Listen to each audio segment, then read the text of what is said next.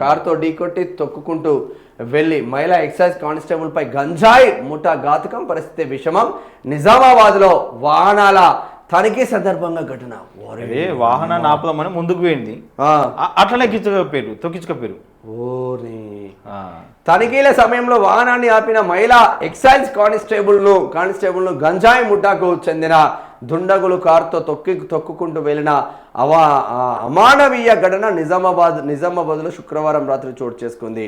ఉమ్మడి నిజామాబాద్ జిల్లా excise deputy commissioner 3 పెట్టు ఘోరం.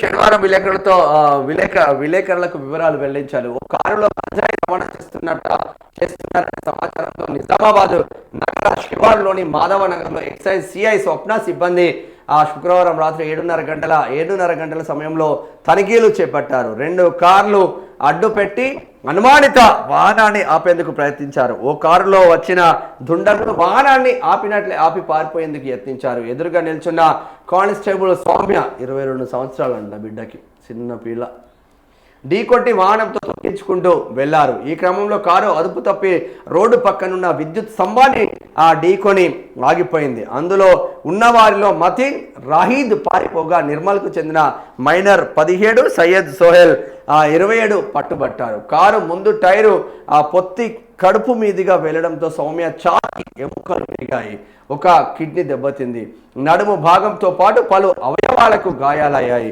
ఆమెను నిజామాబాద్లోని ప్రైవేట్ ఆసుపత్రిలో చేర్చారు. ఆమె పరిస్థితి విషమంగా ఉన్నట్లు వైద్యులు తెలిపారు. ఈ ఘటనతో సంబంధం ఉన్న నిజామాబాద్కు చెందిన అఫ్రోజ్ పై కేసు నమోదైంది. నిందితులపై హత్యాయత్నం కేసు నమోదు చేసినట్లు నిజామాబాద్ గ్రామీణ పోలీసులు తెలిపారు. కారులో 3 కిలోల గంజాయి స్వాధీనం చేసుకున్నారు. కానిస్టేబుల్ల నిరసన. గంజాయి ముఠాలను పట్టుకునే క్రమంలో మహిళా సిఐ మక్లూరులోని ఐఎంఎల్ డిపో పాయింట్కు చెందిన మరో కానిస్టేబుల్తో కలిసి సిబ్బందిని ఇబ్బంది పెడుతున్నారని నిజామాబాద్ ఎక్సైజ్ ఎస్హెచ్ఓ కార్యాలయంలో కానిస్టేబుల్ ఆరోపించారు. కానిస్టేబుల్ సౌమ్యకు న్యాయం చేయాలని డిమాండ్ చేస్తూ ఎక్సైజ్ ఎస్హెచ్ఓ కార్యాలయం వద్ద వారు బైఠాయించారు. న్యాయం చేస్తామని డీసీ సూపరింటెండెంట్లు హామీ ఇవ్వడంతో నిరసనను విరమించారు. సిఐ సిబ్బంది విధుల్లో భాగంగానే తనిఖీలకు వెళ్లారు. మాధవనగర్లో ఘటనపై ప్రత్యేక విచారణ కమిటీ ఏర్పాటు చేస్తాం.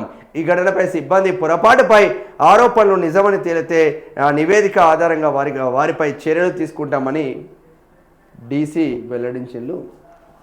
ఇంత పెద్ద ఎత్తున జరిగింది కదా, ఇంత పెద్ద ఎత్తున ఒక పోలీస్ ఆఫీసర్ ఒక కానిస్టేబుల్ను కారుతో గుద్దుకుంటూ పోయినా కూడా శుక్రవారం సాయంత్రం జరుగుతాయి. ఇప్పటి వరకు మనం పట్టుకోలేదంటే మనం ఏం పోతున్నాం? ఇంకా పోలీసు వాళ్ళని కొట్టి చంపి పారిపోయినా కూడా మనం పట్టుకోవట్లేదు వాడిని అంటే మరి వాళ్ళంతా ముస్లిం వర్గానికి చెందిన వారని మళ్ళీ ఎంఐఎంఓలు ఫోన్ చేస్తారు అని భయపడి పట్టుకోవట్లేదా? ఏం చేస్తున్నారు మీరంతా?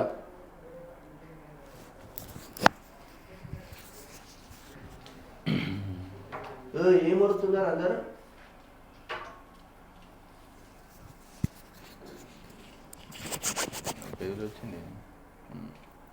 ఇంత ఘోరమా? ఇంత జరిగినా కూడా ఇంత దారుణమా జరుగుతూ ఉంటుంది.